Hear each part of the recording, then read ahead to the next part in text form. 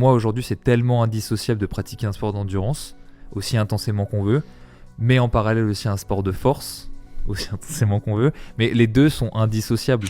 J'ai découvert en fait dans le renfo, mais plutôt là dans la musculation, quelque chose qui est intéressant et complémentaire de la course à pied, quoi. On se rend compte qu'au-delà de 2-3 intensités dans la semaine, il n'y a pas de gros impact sur la progression. Est-ce que l'entraînement a besoin d'être priorisé pour progresser ? Une des questions qu'on va aller regarder aujourd'hui. Bah oui, mais Tristan a déjà... Bon voilà, épisode terminé. Je suis de retour avec Tristan. Officiellement, on a arrêté l'épisode d'avant il y a 5 minutes, hein, donc on est dans une transition avec l'épisode débrief du marathon. On va être sur un épisode centré sur l'entraînement, dans un schéma de vie avec une forte contrainte de temps et d'énergie. J'imagine que ça correspond à pas mal de monde. En tout cas, on va essayer de travailler autour de ça.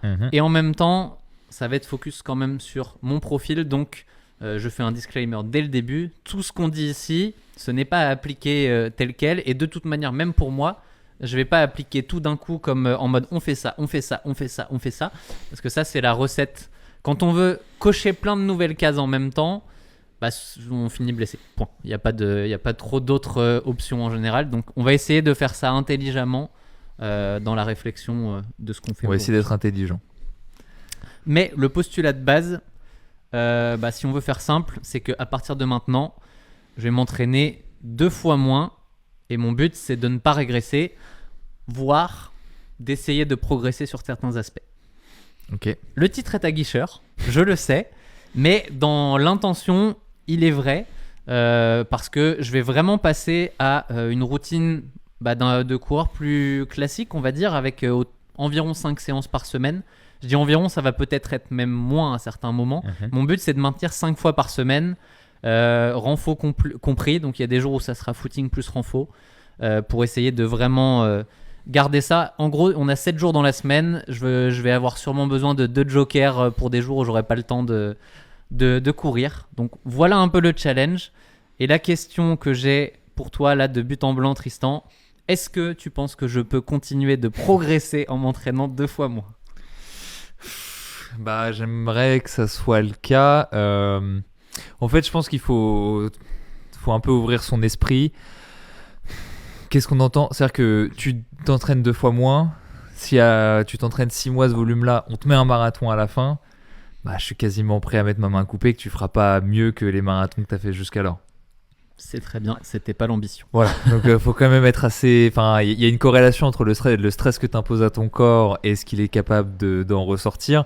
C'est d'ailleurs tout le principe de la préparation et de fait de surcharger petit à petit. C'est de préparer ton corps à encaisser de plus en plus de stress. Quelle quantité de stress ? Bah, ça dépend de ton passé et de qui tu es. Mais en fait, quand on dit un pic de forme et toute la science derrière ça un tout petit peu, c'est juste dire réussir à encaisser le plus de stress à toutes les échelles de temps. Donc ça veut dire que ça monte, mais si tu pars d'un peu plus haut, bah t'en as encaissé un peu plus, ou alors si tu fais un truc un peu plus raide, t'en as encaissé un peu plus aussi. Bref, tu peux le faire de plein de façons différentes. Il faut encaisser du stress. Et si t'encaisses trop de stress trop tôt, soit t'es blessé, soit tu finis épuisé, t'arrives plus à t'entraîner autant qu'avant, et donc en fait ça va redescendre, et donc tu vas générer moins de stress parce que tu vas pas réussir à finir tes entraînements, tu vas les finir plus tôt, tu vas être cramé, tu vas retirer une séance. Souvent même c'est un peu ça quand t'es cramé, c'est que tu t'en rends pas compte, mais excuse-moi, j'ai raté une séance ce jour-là. Bref. Donc c'est cette surcharge qui permet d'atteindre son niveau de forme. Donc la question c'est plus, est-ce que ça va me permettre sur le long terme de progresser, c'est-à-dire de cumuler des kilomètres, de continuer à entraîner mon corps pour que d'ici 6 mois, 1 an, je puisse repartir sur quelque chose qui me permette de reprendre au moins la progression là où je l'ai arrêté, et si ce n'est avec quelques armes en plus que j'ai pu mettre dans ma besace en cours de route. Par exemple, alors je sais que c'est pas ton cas, mais si tu avais eu à améliorer un peu ton sommeil, en fait dans cette période de temps, certes d'un point de vue stress d'entraînement c'est un peu en dessous, mais tu vas régler d'autres problèmes, tu vas réussir à gérer un peu mieux ton quotidien, tu vas réussir à gérer un peu mieux ton sommeil, ton alimentation, ton truc, ton machin, pour que quand tu repartes sur ton entraînement ensuite et que tu remettes les kilomètres quand il faut, là ça te redébloque une progression. Plus comme ça qu'il faudrait le voir à la limite, je pense. C'est bien, c'est qu'on s'en est pas parlé volontairement, mais très bien cerné le... Bon, je suis pas très étonné non plus, d'une parce qu'on se connaît, et de deux parce que je me doutais un petit peu ce que ça t'inspirerait, donc très aligné avec ça. Ce qui est important, c'est de préciser que, et tu l'as mentionné tout de suite, en fait, progresser, il faut définir ce qu'on veut dire par progresser. Est-ce que c'est progresser sur un chrono, sur quelque chose ? Non. Je ne vise pas spécifiquement cette année de pic de forme, ou peut-être pour un trail à un moment, mais du coup là, ça devient totalement subjectif, donc il n'y a que moi qui pourrais juger si j'ai réussi ou pas, je pourrais vous dire ce que je veux. C'est génial ce sport. Ah, ça c'est bien hein, quand même, il n'y a pas le « Ah, mais là t'as fait 3 minutes de moins ». Ah bah c'est écrit, hein, tu peux rien y faire. Mais non, il n'y a pas d'objectif de gros pic de forme, de marathon ou de semi, sauf si par miracle à un moment de l'année je me dis bah c'est bon, je peux... Ça n'arrivera pas, je vous le dis tout de suite. Le principe, c'est que je sais de quoi va être fait cette année. J'ai pas de boule de cristal, mais ouais. Ça sera, il y aura pas de miracle. Donc, le but, c'est de la progression intrinsèque, enfin de la progression sur certains facteurs qui pourraient me permettre, quand je pourrais remettre du volume, de me dire la quête du 2h30, elle est toujours possible. Le but, c'est pas régresser, et essayer de faire progresser des trucs un peu clés. Potentiellement aussi de réfléchir à se dire j'ai moins de volume, ça laisse l'opportunité de travailler des choses qui sont plus compliquées à faire quand tu cours beaucoup, parce que courir, c'est un équilibre, tu peux pas tout faire en même temps, et y a plein de trucs qui font que quand tu cours moins, dans mon idée en tout cas, tu peux être un peu plus agressif sur d'autres aspects dans une certaine limite. Agressif ou prendre le temps ou... Alors après, ça dépend ce à quoi tu parles, mais je vais faire un parallèle et peut-être que ça va te parler. Mais en triathlon, tu as un des 3 sports qui est la natation qui est éminemment technique, et tu te rends compte très souvent que tu as des périodes dans l'année où les gens vont énormément progresser techniquement parce qu'en fait les autres séances sont très faciles, et donc l'énergie psychologique et cognitive qu'ils vont réussir à y mettre, parce que ça t'épuise mentalement. Tu le vois là quand on finit les podcasts, on n'a rien fait, on est resté assis. Mais rien que le fait d'être concentré sur ce qu'on va dire, sur essayer de faire du sens, surtout nous qui aimons digresser, sur nous qui aimons faire des trucs à tiroir, on ouvre tout et puis après on a tout ouvert, où est-ce qu'on est ? Tu vois, ça fatigue mentalement. Bref, quand les autres séances sont faciles, les gens réussissent à beaucoup mieux se concentrer sur ce qu'ils font. Alors que quand on arrive proche de la compétition, où va falloir augmenter les autres curseurs, et puis la condition physique va commencer à monter parce que les séances vont devenir de plus en plus dures. Là, typiquement, tu te rends compte que c'est ce que j'ai dit tout à l'heure. C'est au lieu de dire j'ai raté cette séance, mais c'est à cause du boulot, rien à voir avec la volonté, alors qu'en fait c'est ton corps qui en fait fait sauter un truc, t'as l'impression que c'est pas voulu, mais en fait quelque part c'est voulu. Là par exemple tu vas te dire j'ai pas réussi à me concentrer autant sur ma technique, mais la séance elle est faite. C'est pas que t'as pas réussi, c'est que tu peux pas en fait te concentrer. Tu ne peux plus te concentrer parce que ton cerveau il a juste envie de nager, accumuler la condition physique nécessaire, rentrer à la maison, et la technique on verra la saison prochaine. Je grossis les traits, mais à peine. Mais donc, sur des trucs qui demanderaient un investissement cognitif, en effet, là, tu verras une grosse différence. Du coup, je vais faire un parallèle qui n'a rien à voir, mais que je trouve hyper intéressant. C'est que pourquoi je dis que je vais courir 2 fois moins, c'est pas une question de temps. Parce que courir, même 10 fois par semaine, c'est 10 heures, j'arrive à le caser. Même en faisant beaucoup de choses, j'arrive à le caser. Parce que j'ai... une vie qui le permet aussi, c'est moi qui décide un peu de mon emploi du temps, j'arrive à le faire. C'est pas une question de temps, c'est une question d'énergie à y consacrer. Si je me dis je vais continuer de courir 10 fois, mais où il y a 5 fois où en fait je suis cramé et ça ne sert à rien, du coup ça ne sert à rien, et limite ça n'a aucun sens au global, parce que ça va te faire plutôt régresser qu'autre chose. C'est pas un surentraînement, c'est un sur global. Ouais, c'est comme si comment on pourrait dire ça ? En fait, ça fait stagner ta semaine, et ça fait stagner là où t'en es. C'est tu conserves un truc qui va peut-être te faire stagner d'un point de vue sportif, parce que t'auras plus l'énergie ni les ressources pour assimiler, mais en plus de ça, te fera stagner sur le reste parce que t'auras plus l'énergie cognitive pour y donner de l'attention. C'est là où je voulais emmener les gens, en fait, c'est de dire que des fois, vouloir se dire mais là je stagne, j'en fais un peu plus, j'essaye. Ça peut te faire stagner dans le sport, ça va pas forcément t'amener à plus, et en fait il faut voir la vie au global et te dire mais si je me pose réellement sur tout ce que j'ai à faire, à réussir, est-ce que j'ai pas besoin d'un peu plus d'énergie ailleurs aussi pour pouvoir le réussir ? Et moi c'est ça, le contexte pro là, c'est non, je sais que je me fais challenger par je dois progresser vite dans comprendre les choses et j'y arrive pas à le faire si je suis pas à 100% de ma capacité cognitive. Et l'entraînement intense te prend ta capacité cognitive d'une certaine manière, parce que quand t'es cramé, on l'a tous vu après, on va prendre une sortie longue pour un truc que tout le monde a fait. Le dimanche après-midi, en général, après une grosse sortie longue, faut pas trop nous en demander, quoi. C'est dans le canapé avec la famille, voilà, des bons petits plats. Je vais te sortir une comparaison, une image. Alors, je l'ai pas vu de mes propres yeux, mais je le tire de Serge Marquis, qui prend l'exemple en Indonésie de singes. Et en fait, il explique comment est-ce que les gens font pour capturer les singes. Ils font un trou, je crois que c'est dans une noix de coco, avec un tout petit orifice avec du riz dedans. Et en fait, le singe, il rentre sa main dans l'orifice, il saisit le riz. Et quand il a la main avec le riz dedans, il peut plus retirer sa main du trou. Et donc du coup, comme il veut vraiment pas lâcher le riz, il reste sur place. C'est un beau parallèle en disant, si tu veux pas lâcher ton riz, tu seras obligé de stagner. Je vois. Très belle petite métaphore. On va la garder parce que je pense que ça nous concerne tous à un moment ou à un autre.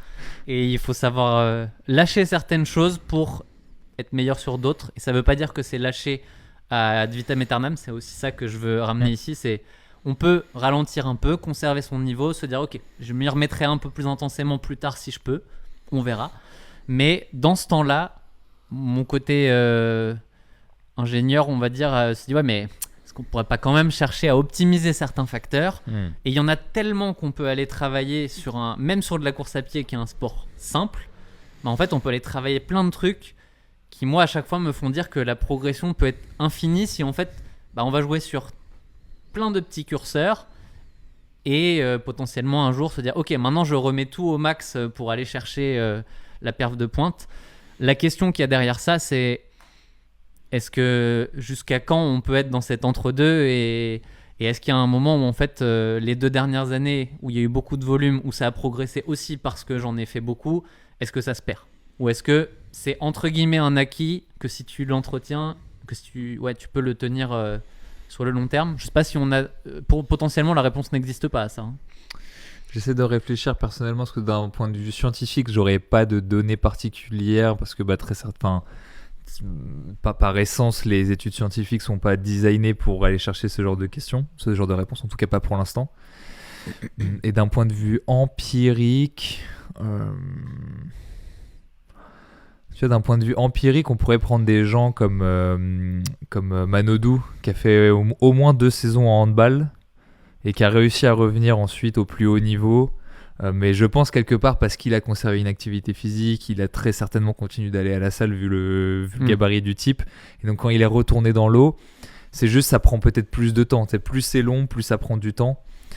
Phelps aussi il a fait une première retraite avant de revenir pour les JO de Rio. Bon, il n'a pas fait 8 médailles d'or, mais on s'entend que quelques médailles d'or aux Jeux Olympiques. Bon. Est-ce que c'est régressé C'est ça. Bon. Oui, et puis là surtout, on prend des exemples de gens qui ont déjà atteint quasiment leur limite physiologique. Oui.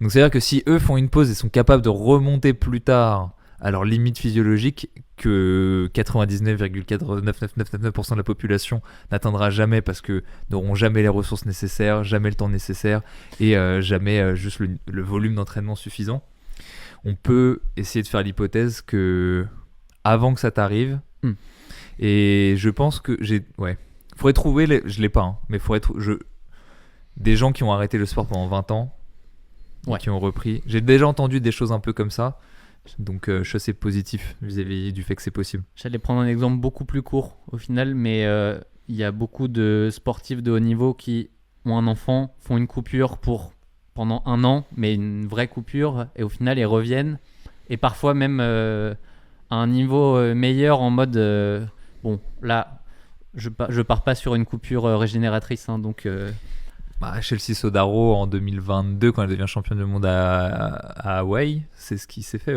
c'est ce qu'elle a fait. Elle revient de maternité, elle fait une saison de folie, elle devient championne du monde. Bon voilà. Bref, de base dans tous les cas, moi mon état d'esprit c'est de se dire ne nous mettons pas des contraintes hypothétiques, disons-nous que c'est possible, faisons le maximum qu'on peut faire et on verra bien. Et dans tous les cas, pas sportif professionnel, donc Et peut-être que j'y reviendrai jamais en fait au marathon. C'est facile, il y a toujours ce moment où tu te dis bah là je mets de côté et en fait le mets de côté tu n'y reviens jamais vraiment. Moi je regarde la vie à 6 mois en général donc au-delà de 6 mois je peux pas te dire ce que je ferai. Ce que je sais c'est qu'il y aura pas de il y aura pas de prépa dans les 6 prochains mois. Petit sommaire. Allez. On va parler et je suis vraiment sur des mots très courts. On va parler de courir avec un volume plus faible. Bon, ça, vous en seriez douté. Hein. C'est si je cours 2 fois moins, c'est pas pour faire des sorties de 2 heures tous les jours. Ça serait pas une méthode. On va même pas en parler. On va parler de courir ses EF un peu plus activement. Ouais. De fractionner. De renfo en veille de sortie longue. Quelque chose que j'ai déjà testé dans le passé. De travail de fond sur la vitesse, sur la VMA. De renfo spécifique. Un peu de technique de course et notamment de cadence. Là, on va revenir sur un petit aspect du marathon qui va être intéressant. Et puis, si on en a le temps, petit bonus, une petite question subsidiaire que je garde derrière. Ok. Je suis passé au sommaire, mais en réalité, avant ça, toi, j'aurais dû te demander qu'est-ce que toi, tu ferais. Quel est le point que tu travaillerais sur dans ce cas-là en fait où tu veux te dire j'ai du temps, j'ai plus de volume, c'est quoi le truc que je vais travailler en priorité en priorité, il n'y en a pas qu'un seul, hein, tu pourrais me dire plusieurs choses, mais sur quoi tu te recentrerais dans ce genre de moment? Si j'essaie de me mettre à ta place ou si moi je me projette? Bah, tu peux te mettre à ma place, mais on va dire quelqu'un qui a quand même, justement, qui a un profil où j'ai pas mal couru pendant plusieurs années. Là, d'un coup, je sais que je peux en faire moins, mais je veux me maintenir, je veux continuer de garder la base solide et potentiellement d'améliorer ces petits détails. Là, comme ça, à défaut d'avoir plus intelligent à répondre et quitte à être un peu logique, je dirais le renforcement musculaire. Mais je vais expliquer pourquoi ce choix. Le renforcement musculaire, parce que déjà, alors même si tu en as pas mal fait, alors pas cette année, mais l'année précédente, ça, pour moi, ça reste quand même quelque chose dans ta vie et dans ton passé, dans lequel, que t'as pas pratiqué, donc du coup dans lequel t'es peu fait, et donc dans lequel juste le fait de soulever des trucs lourds de façon un peu régulière va te faire énormément progresser en termes de niveau de force, en termes de système nerveux, peut-être à voir avec les crampes. Donc déjà, tu as un gros levier activé de ce point de vue-là sur la performance, certes, mais ne serait-ce que d'un point de vue santé. Parce que d'ailleurs, c'est marrant parce que là, je suis en train de lire un truc qui replonge dans début du 20e siècle, fin du 19e, où en fait, et puis même qui replonge aussi à l'Antiquité, où les sports combinés sont en fait, tu vois, le décathlonien, c'est le seul sportif qui vaut vraiment le coup. Je sais pas qui dans l'époque moderne l'a redit très récemment, mais tu as ce truc de... à l'époque, c'était vachement bien vu de faire plein de sports, et je trouve que là, avec la tendance un peu sport hybride, etc., ça le retrouve très bien, à croire que ça serait dans notre nature de vouloir faire, de ne pas être un expert. Et puis même, j'ai l'impression que c'était un peu moqué. T'sais, être un expert, c'est quelque part, tu ne peux faire qu'une seule chose. Ok, d'accord, bon bah écoute, petit bras. Bref, je ne le pense pas personnellement, hein, mais il y a ce truc-là, donc à activer d'un point de vue santé. Quelqu'un dans santé est forcément quelqu'un qui va devenir performant. C'est ce que je veux dire. Alors, t'as pas l'air malade, hein, qu'on soit d'accord. Mais il y a une logique derrière, tu vas aller chercher. Et vis-à-vis de ce qu'on a dit précédemment sur l'aspect cognitif, de te dire la musculation est quand même quelque chose d'éminemment technique. Et sur quelque chose que tu n'as jamais vraiment pris le temps de développer, sur des patterns de mouvement, des patterns ce que c'est anglais, oui, un peu des schémas moteurs, mais schémas, je suis pas sûr que... Bref. Mais voilà, bref, on va utiliser le mot pattern quand même, sur des patterns de mouvement que tu n'as pas encore explorés, sur des mouvements peut-être un peu compliqués. Tu vois, on voit que tu as du mal à tenir debout sur un pied, bon, fais quelque chose, Nico. Donc, vis-à-vis de tout ça, c'est pour moi un bon moment, parce que tu as l'esprit... T'avais l'air d'aimer ça, donc c'est plutôt positif, mais tu peux aussi dire, tu as quelque chose dans lequel tu as peu l'habitude, c'est quelque chose avec lequel tu vas avoir beaucoup de friction, donc le fait d'avoir dégagé beaucoup de temps et beaucoup d'énergie va t'aider. Tu vois, si tu enlèves 5 séances et que tu en rajoutes 2, c'est beaucoup plus simple de le tenir. Bah, la friction vient de de la contrainte de temps, de réussir à caler. Déjà, pour beaucoup, hein, avec le renfo, c'est ouais, mais ok, il faut faire ça en plus, bah c'est pas facile. Oui, clairement. Et la deuxième friction vient de la complexité. Typiquement, si je reprends l'hiver il y a 1 an, j'avais commencé à vouloir tester des mouvements classiques de musculation un peu plus intensément, soulevé de terre, squat et développé couché. Au final, je me suis rendu compte pendant à quel point c'était technique, beaucoup plus qu'on ne l'imagine, et à quel point j'y arrivais pas en cumulant l'entraînement de course à pied, parce qu'en fait, c'était trop dur de réussir à faire des séances de fractionnés et apprendre des choses que tu n'as jamais fait et qui demandent de comprendre plein de choses à la fois en fait. Et du coup, je pense qu'aujourd'hui, moi, ça m'intéresse justement de se dire « Ah, mais je suis nul. » Enfin, et on est tous, si on ne l'a jamais fait, mais je suis nul à comprendre ces mouvements qui sont simples et que mon corps devrait être capable de réaliser. Je pense que tout le monde devrait être capable de faire un beau squat, un beau soulevé de terre en soi, parce que naturellement, c'est des gestes du quotidien aussi en soi qu'on fait, et on va pas se péter le dos si on est capable de soulever un objet correctement. Enfin bref, j'ai découvert en fait dans le renfo, mais plutôt là dans la musculation, quelque chose qui est intéressant et complémentaire de la course à pied, quoi. Complémentaire à tous les aspects. Et sur ce que tu dis vis-à-vis du fait, je vais te le transcrire, d'être bloqué dans son corps, presque, c'est Ido Portal qui l'utilise dans ces termes-là. Lui, il parle de ça vis-à-vis d'un salto arrière. Donc c'est un peu différent. Je sais pas faire, je vous le dis. Mais tu vois, c'est le nombre de personnes qui sont capables de faire un salto arrière, mais parce qu'ils ne l'ont jamais expérimenté et parce qu'ils n'ont pas leur visualisation de leur corps dans l'espace nécessaire pour le produire, ils sont bloqués dans leur propre corps. Et du coup, c'est un peu ce que tu développes, parce que ton corps, il a une mobilité, il peut bouger, etc. Mais si jamais t'as jamais expérimenté de la mobilité thoracique, si jamais t'as jamais essayé de basculer ton bassin d'avant en arrière à différentes positions, quelque part, c'est dommage, parce que ton corps, lui, il en est possible. Donc, t'as vraiment ce truc-là de connecter avec ton corps. Et de ce que t'as dit, un autre truc auquel ça me fait penser, c'est que le fait d'avoir ralenti sur la course à pied, alors on peut, quand on débute, progresser dans les deux en simultané.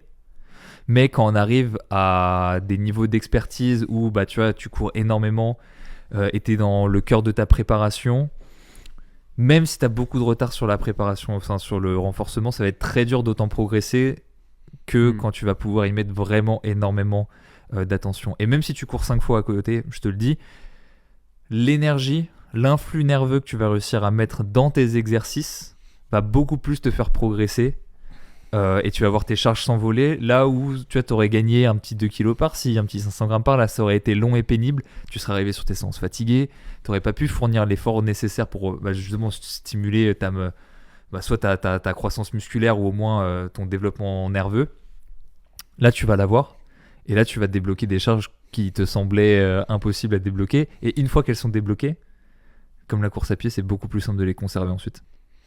Spoiler, sur un exercice que je fais depuis longtemps, les fentes bulgares, je suis déjà revenu à des poids que ça m'avait pris plusieurs mois d'arriver, je ne sais plus quand est-ce que j'en faisais vraiment, là en à peine en 3-4 séances, en fait, juste parce que j'arrivais dessus et ça semblait plus simple, mais parce que j'arrive, t'as fait quoi hier ? Oh, rien. Enfin, j'ai travaillé, mais sportivement, physiquement, tes muscles sont juste prêts, ton système nerveux est en mode pépère. Et puis, surtout sur les exercices de jambes, je trouve, empiriquement, arriver frais sur ta séance et pas avoir l'impression que ta cuisse va exploser tellement elle brûle dès la première répétition, c'est quand même plutôt positif. C'est quand même plutôt agréable. Bon. Je ne sais pas si ça vous étonne, mais on a digressé un peu plus que prévu sur cette première partie. À partir de maintenant, parce qu'on va revenir de toute façon sur le renfo, à la base j'avais fait exprès de le mettre tard, parce que c'est pas le truc que les gens ont envie d'entendre, forcément. Oui. Même moi initialement. Aujourd'hui, maintenant j'ai pris goût au renfo, mais ça a pris du temps d'en faire en fait, et de te dire c'est pas si mal en fait. Mais il y a des trucs avant qui me semblent plus parlants et des idées en fait moi je les ai mises dans l'ordre où elles me sont venues. J'ai juste décalé un peu le renfo plus tard parce que j'ai un biais avec. Avec moi ce aussi j'ai un sujet. biais, donc si tu me dis qu'est-ce que je peux faire, je suis en mode moi j'adore ça, je vois plein de bénéfices. Mais c'est Fonçons. bien. En fait, moi je trouve toujours ça bien de le rappeler parce que vous pouvez moins courir, ajouter du renfo, vous verrez que ça sera plus bénéfique que de rajouter un footing dans plein de cas. Expérimentez-le et puis vous verrez en fait. Si vous n'avez pas envie, c'est pas grave non plus, mais juste c'est un fait.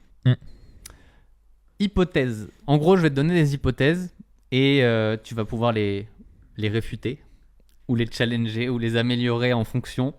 J'ai fait exprès de ne pas les creuser plus que ça. L'idée de base, comme souvent dans une hypothèse, l'idée de base semble séduisante. Est-ce que derrière ça fonctionne ? Ça, on n'aura pas forcément une réponse précise, ça sera sûrement Après, du peut-être. Venant de toi, ça va. J'ai pas non plus. Très souvent, très souvent, il y a des gens qui ont des hypothèses un peu farfelues. Bon, ok, il n'y a pas de dinguerie là. Venant de toi, ça va, j'ai confiance. Du coup, l'hypothèse 1, on part tout doucement, volume plus faible, tout en maintenant l'intensité. En fait, c'est presque un rappel, cette hypothèse-là. Je triche un petit peu, tu vas comprendre. Parce que jusque-là, je courais 10 fois, enfin jusque-là, pendant la prépa marathon, en tout cas, je courais environ 10 fois par semaine, 130 jusqu'à 140 km dans la semaine.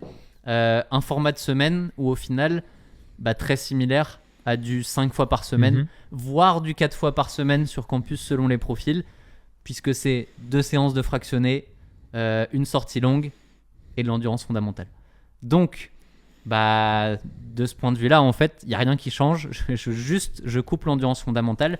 Mais c'est un petit rappel de... C'est pas parce qu'on court plus qu'on ajoute des trucs intenses. Justement, plus on court, plus on ajoute du volume slow au final, lent.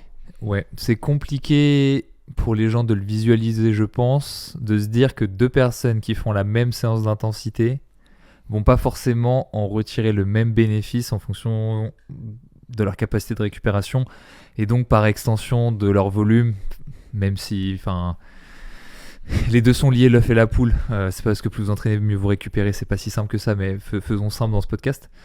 Donc c'est très difficile pour les gens de s'imaginer ça, de se dire en fait parce que j'ai le volume derrière, j'ai les capacités de récupération, je vais faire la même séance que toi.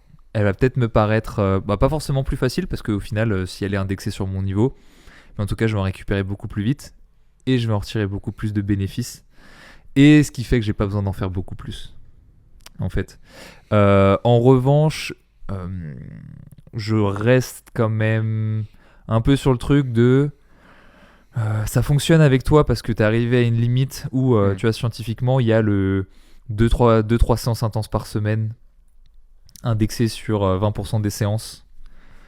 Donc en fait là t'es au maximum, mais quand tu rajoutes des séances t'as pas besoin de faire plus. Ce que je veux dire par là, c'est que tu prends 2 personnes qui s'entraînent 10 fois dans la semaine, on se rend compte qu'au-delà de 2-3 intensités dans la semaine, il n'y a pas de gros impact sur la progression. T'as quand même des entraîneurs qui vont faire beaucoup plus, qui vont jouer sur ça parce que tu génères quand même du stress supplémentaire, et sur le court moyen terme, je vois pas pourquoi ça ne fonctionnerait pas.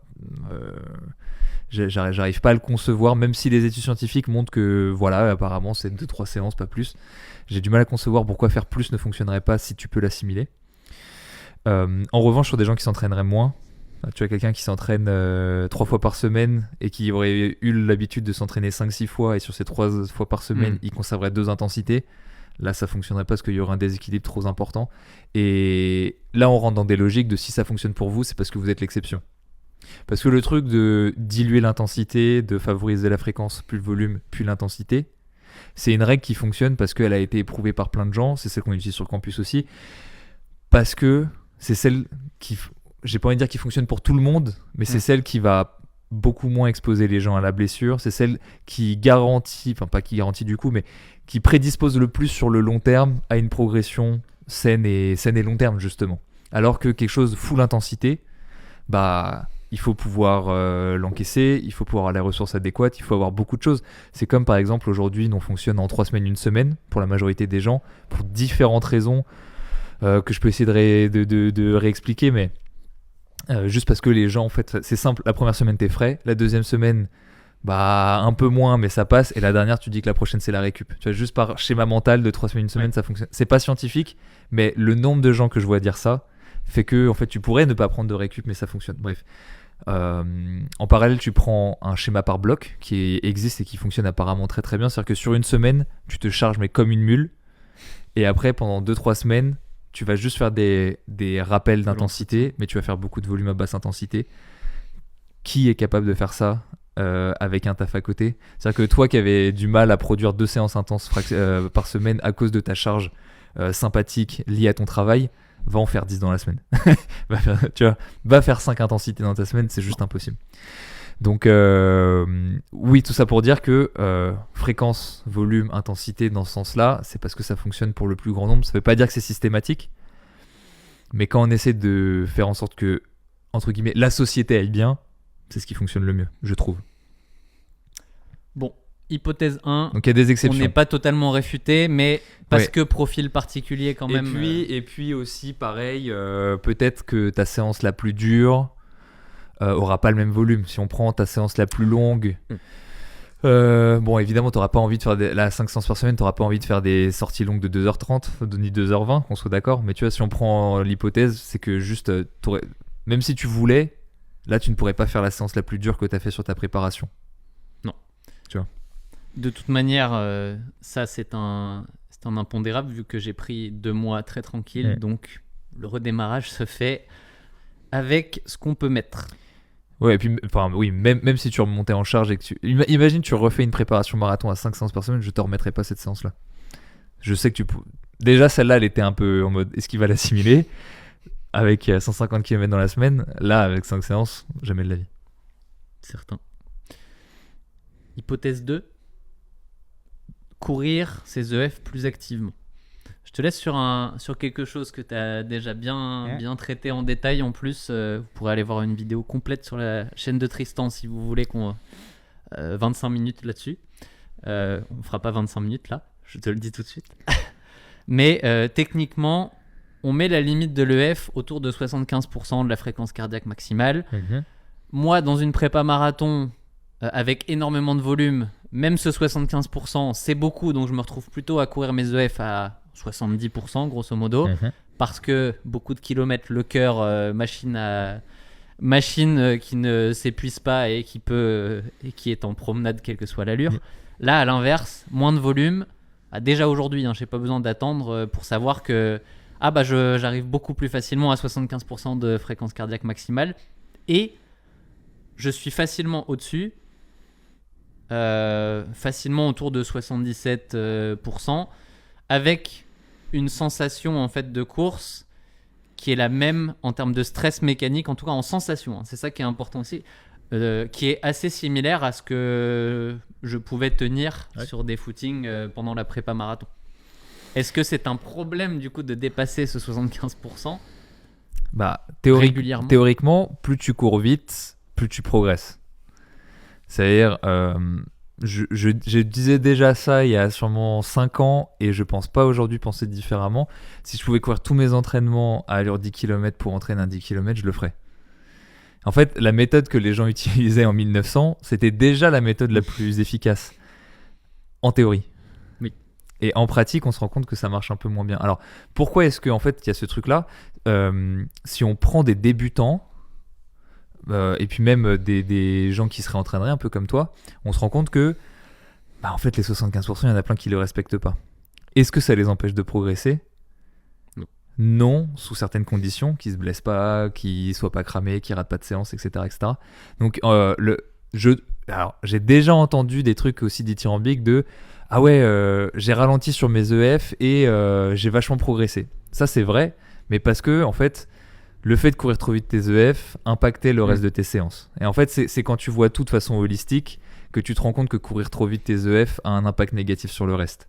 Mais isolément, courir un peu plus vite tes EF n'est pas négatif. Donc ça, c'est une première chose.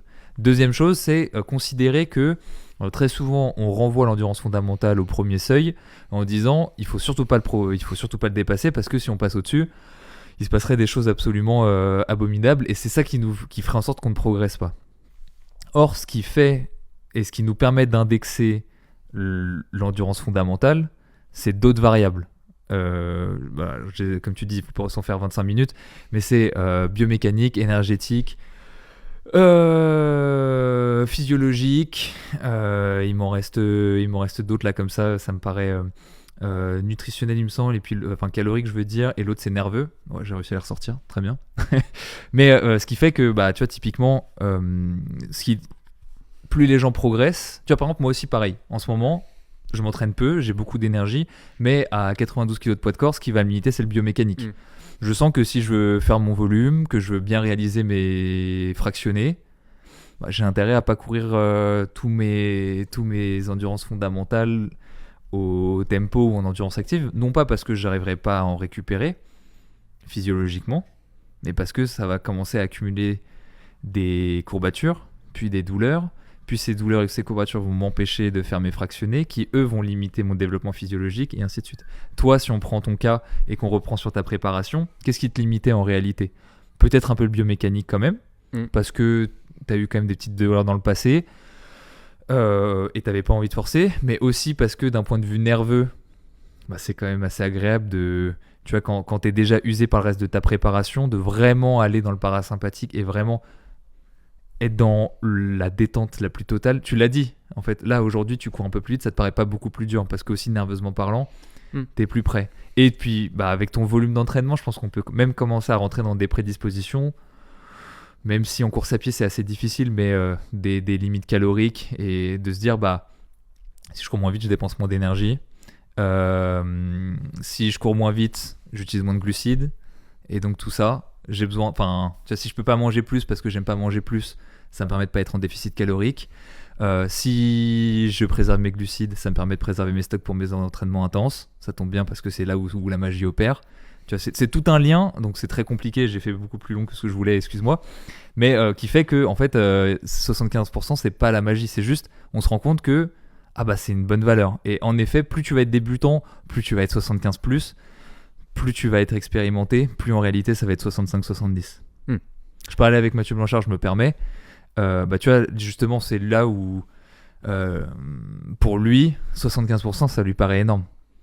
Mais parce que parce que c'est Mathieu Blanchard en montagne, il va faire 9h30 exact, mais parce que c'est la même chose que toi si je t'avais demandé de courir à 75% pendant ta prépa. C'est là où pour moi c'est relatif, et du coup la théorie c'est de dire ok, sur les contraintes que tu as citées, la majeure partie je les fais sauter parce que je les ai plus par rapport à la prépa marathon, et du coup si je me dis que amener plus de stress mécanique en soi, c'est quelque chose que je veux chercher à maintenir parce que c'est le facteur limitant. Le cardio, je m'en fous un petit peu parce que lui, je sais que je remets un peu de volume. Ok, tout ça, ça se gère. L'énergétique, les calories, bon, on est assez tranquille en courant moins. Donc, typiquement, ça, et encore une fois, intelligemment, ça veut dire s'écouter. Et tout ce que je dis là, c'est dans tous les cas dans un contexte où on s'écoute et on le fait pas mécaniquement, mais en fonction de comment on se sent le jour J. De se dire aujourd'hui je me sens bien, c'est une EF, je sais que j'en ai plus que 2 dans la semaine, et je vais la faire plutôt proche des 80%, en essayant d'être dans une zone où je sais que c'est pas dur, mais je vais courir un peu plus vite pour maintenir un stress mécanique un peu plus élevé. Oui, alors parce que j'ai pas apporté une réponse directe, donc je vais le faire parce que même moi ça m'énerve quand les gens font des développements qui durent 10 minutes et puis ils apportent pas de réponse. Donc dans ton cas, surtout que t'es fractionné, si jamais même tu vas en faire, ce qui n'est pas sûr, on en a pas rediscuté. Ça arrive. Mais ils seront sûrement moins intenses que ce dont tu avais l'habitude, on verra. Mais dans ce cadre-là, bah justement, je reprends ce que j'ai dit au tout début, potentiellement courir toutes tes endurances fondamentales un peu plus vite, en théorie, si ça t'amène pas de blessure, et puisque le truc de les entraînements intenses, puisque c'est peut-être pas dans l'équation, en tout cas imaginons ça ne soit pas dans l'équation, en fait du coup t'enlèves un des deux garde-fous, et donc pareil tu peux courir un peu plus vite tes endurances fondamentales. Je ne vois pas d'inconvénient, hormis peut-être sur le stress nerveux, parce que le premier garde-fou c'est pas de blessure physique, pas de blessure mentale. Quand je dis blessure mentale, le surmenage en fait partie, et le deuxième c'est vis-à-vis des intensités. On a retiré le deuxième sur les intensités, faut juste voir vis-à-vis de ton quotidien si c'est positif. Peut-être même que parfois ça te permet de te libérer plus l'esprit, ça peut même apporter encore plus de positif, mais peut-être commencer sur t'as 5 footings dans la semaine, tu vois ce qui se passe, et puis si t'es amené à en faire 2, ok cool, peut-être plus, peut-être pas forcément, mais en tout cas je vois pas de négatif là-dessus. En fait, je pense que là, tu touches un point aussi de pourquoi tout le monde aimerait courir ses EF un peu plus vite dans cette zone où en fait, ça te fait du bien parce que tu te défoules un peu plus que sur une EF, mais tu ressors pas fatigué, donc en fait, tu repars en mode « Ah, ça m'a fait du bien ». Et en fait, je suis resté dans une zone de confort, donc en fait, j'ai ni été me challenger, ni... et là, je sors totalement de mon hypothèse, hein, mais tu as ce confort mental de « Ah, ça m'a fait du bien ». Le sport plaisir, typiquement, je pense qu'on courrait tous dans cette zone-là, 80% FCM, à ajuster en fonction de sa forme, mais on serait tous là. C'est l'allure qu'on prendrait tous en mode « Là, je vais me faire plaisir ». Et ça, je peux le faire à chaque fois et être en mode ah, ça m'a fait du bien. Ouais, mais du coup, on aurait certainement plus de blessés. Et c'est très compliqué pour les gens de se projeter en disant ouais, mais mes intensités, j'arrive à les faire. Regarde, moi, je cours plus vite mes EF et je fais mes intensités. Parce qu'en termes de ressenti d'effort, ça veut pas dire que tu es capable de moins forcer en relatif. C'est que tu forces moins en absolu. En termes psychologiques, en fait, tu vas avoir l'impression de t'engager autant sur tes fractionnés. Dans les faits, tu vas aller courir 5 ou 10 secondes moins vite. C'est là où il faut, en fait, faut se projeter un tout petit peu. Et c'est là où tu as des contre-exemples de gens qui sont éminemment performants et qui sont en mode oh, bah moi, l'entraînement, je le structure pas, l'endurance fondamentale. Non, moi, je cours tout un peu à fond. Et en fait, ça fait partie des élus qui, en fait, sont rentrés dans l'activité comme tout le monde rentre dans l'activité, c'est-à-dire j'ai un 5 bornes autour de chez moi, je les cours de plus en plus vite jusqu'à ce que j'arrive plus à les courir de plus en plus vite, et j'ai mon 10 bornes ensuite et je vais le courir de plus en plus vite, etc. Ces gens-là qui font partie des élus n'ont jamais été confrontés à la blessure, et en fait juste, c'est ce que je disais, eux ont appliqué ce qui fonctionne parce qu'ils n'ont jamais rencontré le mur que tout le monde rencontre au bout de 3 semaines, puisque c'est à peu près le délai entre ta connerie et le moment où tu vas te blesser. Et c'est pour ça que tu as des gens qui sont très performants comme ça. Je dis pas que ça ne fonctionne pas, c'était même mon préambule, théoriquement ça fonctionne bien. On va avancer un peu parce que sinon je sens que... En fait, dès qu'on est sur un sujet comme ça, la discussion, c'est là où on... Allez, c'est là je me reconcentre. Non, mais moi ça m'intéresse. Ce que je rappelle par contre, c'est que tout ça, il va y avoir plein d'hypothèses. Encore une fois, c'est après à faire un petit pick and choose de qu'est-ce qui semble le plus intéressant pour. Non, pas forcément là. On pourra le faire. Okay. Mais c'est pas je vais activer 1, 2, 3, 4, 5, 6. Parce que là, on a parlé en effet de potentiellement courir plus vite les EF. Les autres vont être en mode plus, sinon ça ne fonctionne pas. Parce que l'hypothèse 3, fractionné ou renfort intense en veille de sortie longue. J'ai mis fractionné ou renfort parce que le grosso modo c'est le week-end est un moment où je peux m'entraîner plus parce que pas tout ce qui est stressant en semaine. Ça c'est pareil, ça parle à tout le monde et du coup essayer de cumuler un petit peu. Encore une fois, attention à la blessure parce que si on cumule, il faut être sûr de pouvoir l'encaisser. Mais pour moi, je vois bien ça en mode allez, je bundle un fractionné ou un renfort intense, je fais une sortie longue le lendemain, plutôt orienté trail, qui va pas être normé entre guillemets aussi pour me donner un panel de possibilités, soit en trail, soit en route, et revenir plus tard à un objectif en ayant travaillé d'une certaine manière. Ça, cette stratégie, elle fonctionne bien quand tu prépares des trucs longs parce que tu vas jouer sur l'aspect durabilité, pré-fatigue, pénibilité, etc. Tout a un coût. Et le coût de ça serait que tu assimilerais moins bien ton renfort. Donc, à voir. Donc, tu assimilerais moins bien ton renfort et ta séance ensuite serait peut-être un tout petit peu moins... Tu vois, si tu vas chercher du stress mécanique, aller chercher du stress mécanique dans la longueur a aussi un intérêt. Donc, courir un peu plus vite sur ta sortie longue, ça serait même peut-être quelque chose de très intelligent à faire.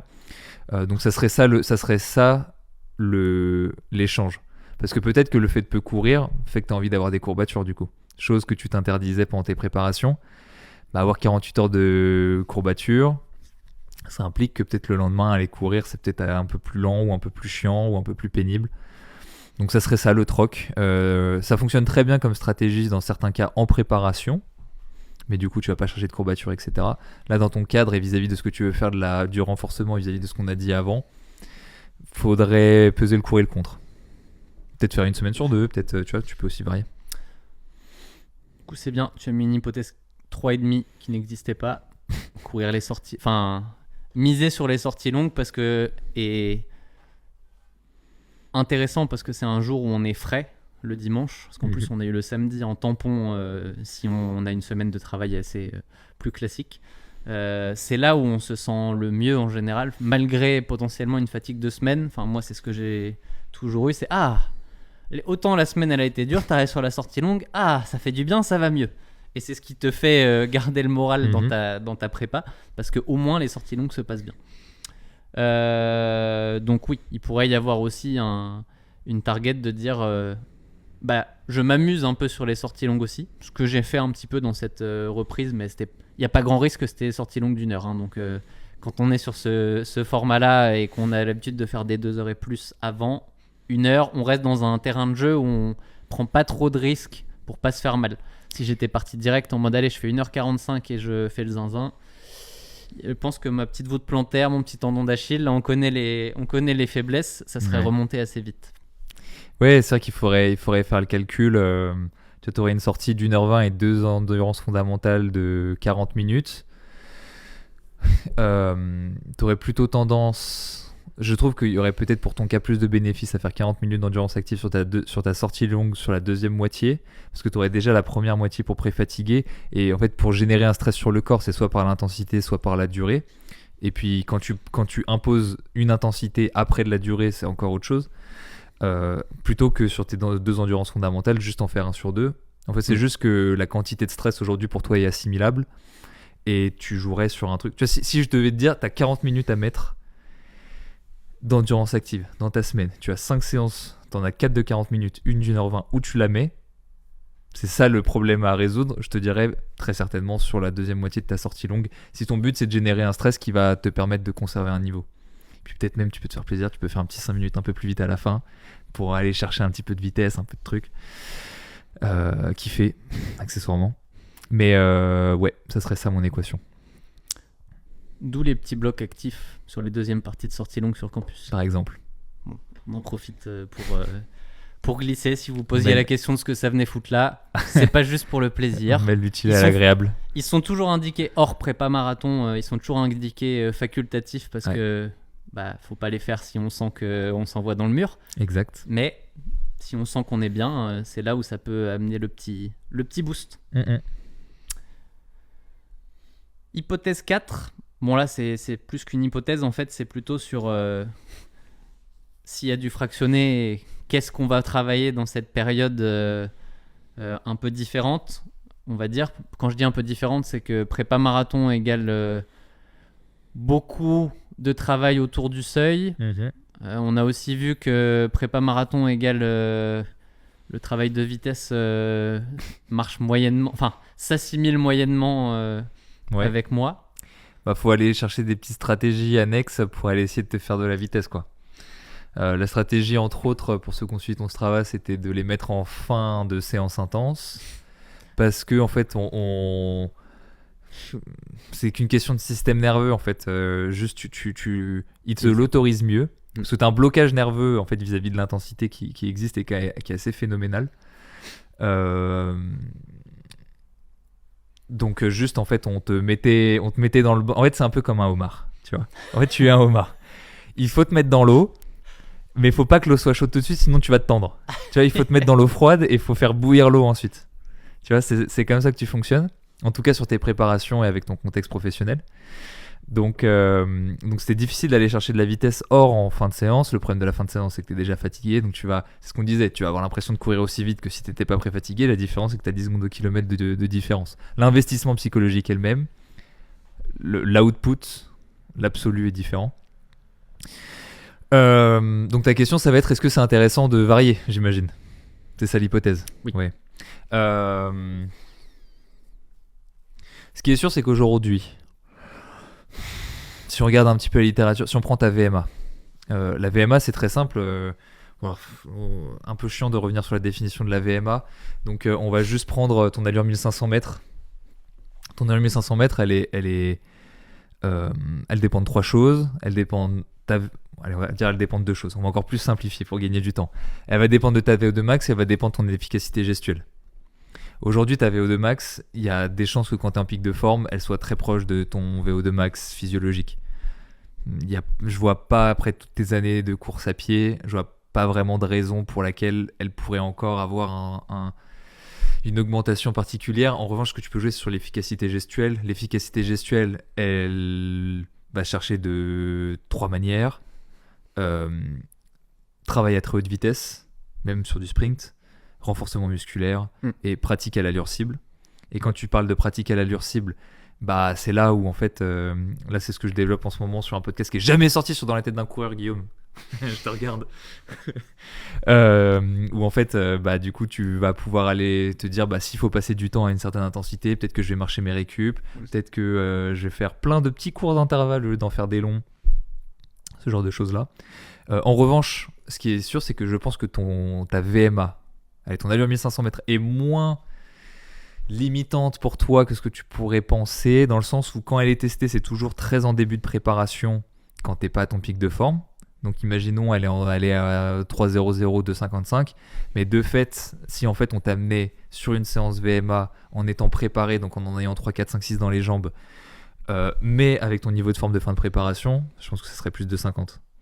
Parce que en fait, à chaque fois, t'en fais quand t'es pas en forme, pour faire simple. Hein.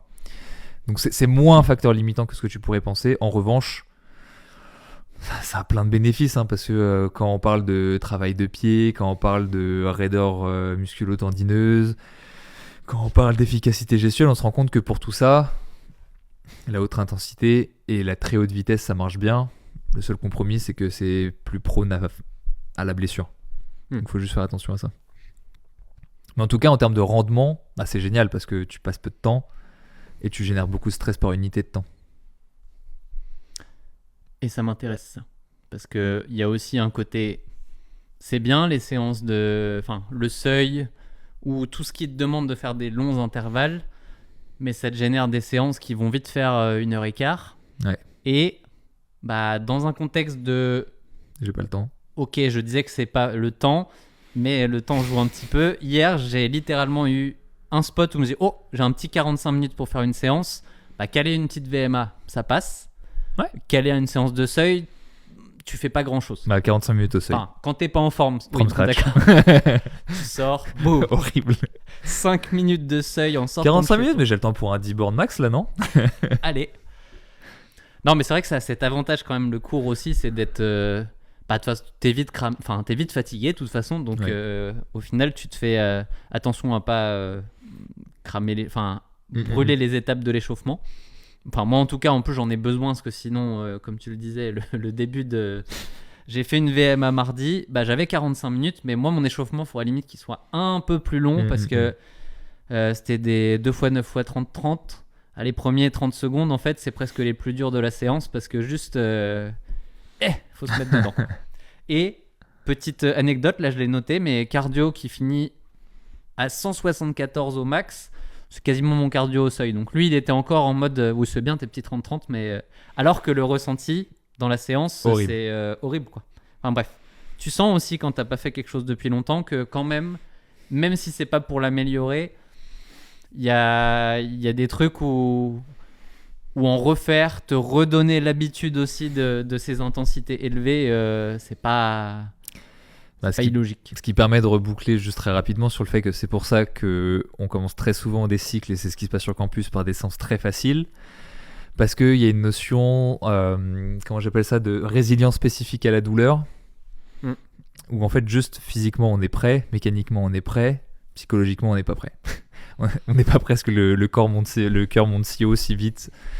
Donc il y a une notion de résilience, il y a une notion sur le long terme, sur le moyen terme, sur plusieurs mois, de mettre le homard dans l'eau et de monter progressivement la température.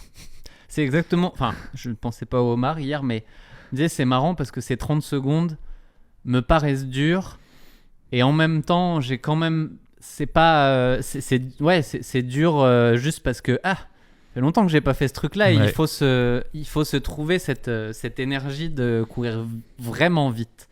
C'est pas 1 minute plus vite que le seuil, mais ça n'a rien à voir en termes se dépouiller, se dépouiller. Ça fait longtemps que j'ai pas utilisé ce terme, mais un plaisir. tout seul là devant dans ta petite séance. C'est ces séances-là où tu te dis, avec quelqu'un à côté quand même, c'est beaucoup plus Tu les cours à combien en ce moment? J'ai pas trop. Bah, je pense 2,55-3 sur des 30-30. C'est 30-30, c'est quand même 30 secondes. C'est le truc où en général tu peux. On pourrait presque refaire des séances ensemble. Ah, j'arrive. Ah. Mais je l'ai fait hier, donc là non. Là, on va laisser le temps. Encore une fois, surtout quand on reprend ces trucs-là. Ça va me donner des prétextes pour aller au Havre. Je profite de ta non-forme pour.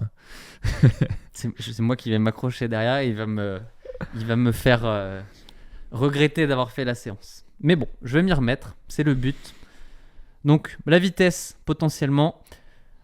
En soi, là, ma petite interlude avant qu'on reparle un petit peu renfo, même si on a déjà fait le tour, c'est... On va aller vite, ouais. Est-ce que mon meilleur choix dans tout ça, plutôt que d'essayer de réfléchir un peu trop, ce serait pas tout simplement de me recaler un petit plan campus et de le suivre, de réfléchir un petit peu tout ça en mode ok, je peux jouer avec certains curseurs en fonction de comment je me sens, mais de pas vouloir jouer à l'apprenti sorcier où c'est pas parce que tu cours depuis 20 ans que tu peux pas faire encore trop des conneries en fait en voulant cumuler des choses qui paraissent logiques mais en cumulant trop.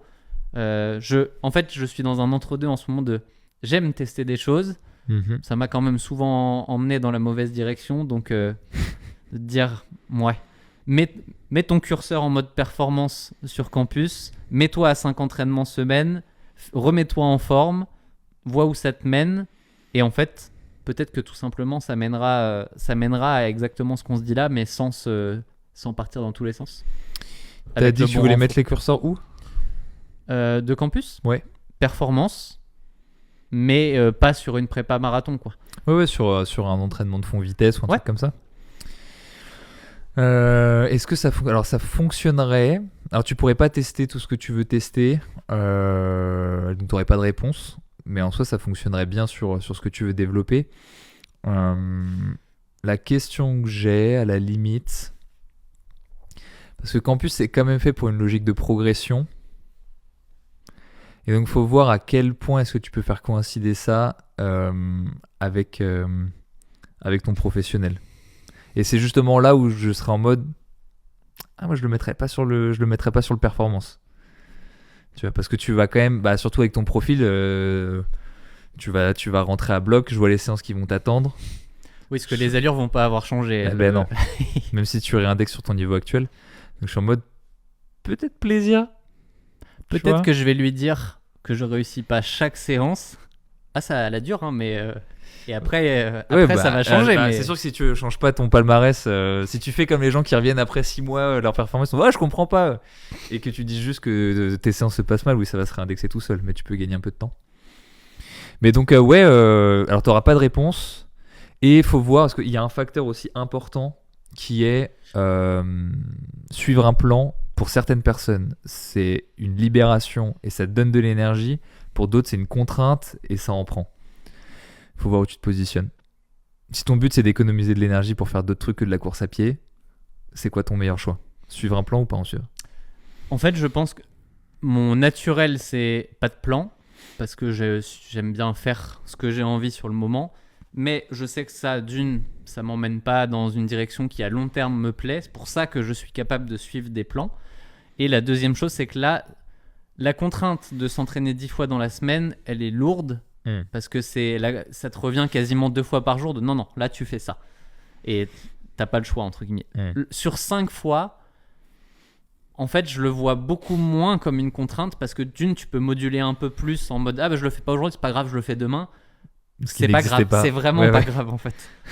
Et du coup, ça m'intéresse aussi de retester ça en mode mais la course à pied pour le plaisir de.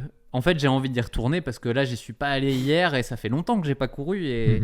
Et quand le printemps sera là et que la météo sera plus sympathique, je pense que ça va être agréable. On pourrait presque conclure là-dessus. Mais j'ai marqué hypothèse travail de foulée. Je sais que ça va attirer. Il y en a 2-3 qui vont se dire non, je reste là. Ça parle de foulée. Okay. Il nous reste combien d'hypothèses là? C'était fini? Après, il y a l'hypothèse bonus qui va aller très très vite à la fin. Ok.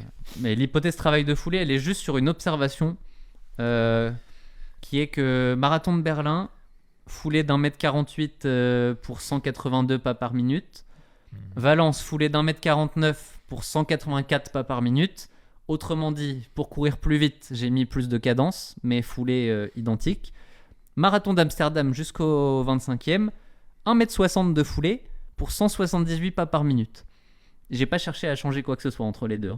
Donc, déjà, la question, c'est petite interrogation pour moi de ce côté-là du pourquoi, mais aussi, est-ce qu'on n'aura pas une petite idée de pourquoi musculairement ça n'a pas tenu derrière aussi? Parce que, en gros, je l'ai couru plus en force, entre guillemets. Oui, pas entre guillemets, oui. Ça te demandait plus d'énergie à chaque pas. Je vais utiliser ma théorie sur la foulée, sur le travail de foulée, qui est un sujet assez complexe. En réalité, entre ceux qui pensent qu'on peut travailler à la foulée et ceux qui pensent qu'on ne peut pas, j'aime penser que c'est un peu au milieu. Mais ma théorie, c'est de dire qu'en fait, le premier levier qu'on peut actionner pour travailler sa foulée et pour lequel on ne prend pas beaucoup de risques, c'est juste d'augmenter sa palette de mouvements. T'offres à ton corps la possibilité de pouvoir bouger dans toutes les directions qu'il veut. Tu vois, ne serait-ce que par exemple, quelqu'un qui n'est pas capable de rebondir. Pour 1000 raisons. Ça peut être parce qu'il n'a pas des structures suffisamment renforcées, muscles, tendons, os. Ça peut être parce que il a jamais essayé et nerveusement il a pas ce truc-là. Ça peut être évidemment parce que il peut être en surpoids ou autre, et ce qui fait que une différence entre le poids et ses structures fait qu'il peut pas rebondir.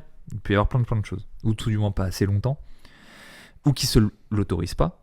Parce que là, je vais poser une question à des gens qui nous écoutent. Alors, s'ils sont sportifs, ça leur arrive pas. Mais t'as des gens que j'ai coachés, ça fait des années qu'ils n'ont pas sauté.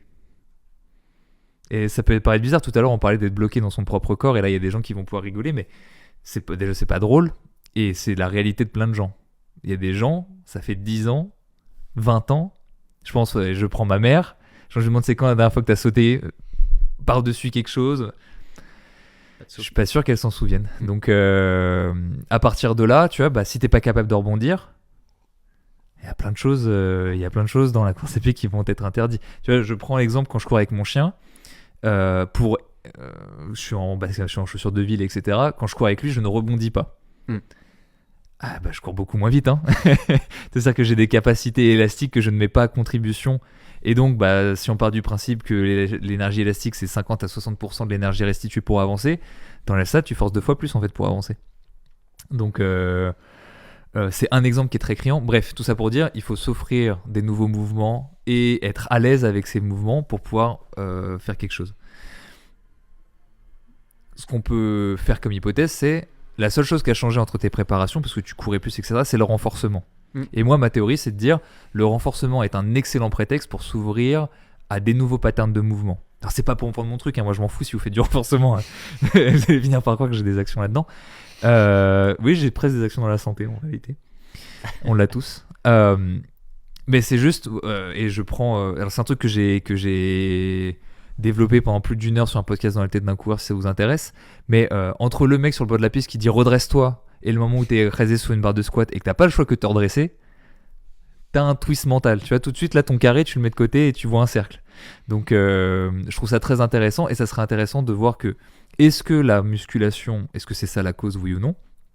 Est-ce que le fait d'utiliser des patterns de mouvement t'a prédisposé à rajouter de la fréquence, ou est-ce que c'est juste un travail nerveux, ce qui est très certainement le cas, parce qu'en fait, mettre de la fréquence, c'est avant tout une question nerveuse aussi, tu as d'efficacité nerveuse dans le signal. J'essaie de faire le parallèle en direct avec le vélo, parce qu'il y a énormément de choses. Je m'y connais moins en fréquence vis-à-vis de la course à pied qu'à vélo, mais tu vois, typiquement à vélo, tu baisses ta fréquence pour te rapprocher de ton optimal physiologique en termes de consommation d'oxygène. Mais en fait, tu te rends compte que, par exemple, l'optimal à vélo, je crois que c'est 60 rotations par minute, un truc comme ça. Mais tout le monde te dit de pédaler à 90. Parce que moi, tu viens d'optimiser d'autres choses. D'autres stress au niveau musculaire, au niveau articulaire, etc., etc. Au niveau nerveux. Donc ça serait intéressant. J'ai pas la réponse. On peut partir dans plein d'hypothèses. L'hypothèse principale, c'est si tu t'ouvres à d'autres mouvements et les mouvements que tu t'es fermés, c'est les mouvements de la musculation entre temps. Qu'est-ce qui se passe ? Et même, tu n'aurais pas besoin de refaire une course. Il suffirait juste de comparer tes fractionnés. Est-ce que quand tu fais du renforcement, est-ce que quand tu fais pas de renforcement, sur tes fractionnés, ta fréquence change ? Et tu as déjà assez de données pour pouvoir regarder ça. Tu vois ? J'ai pas la réponse. Bah non, on va pas le faire maintenant.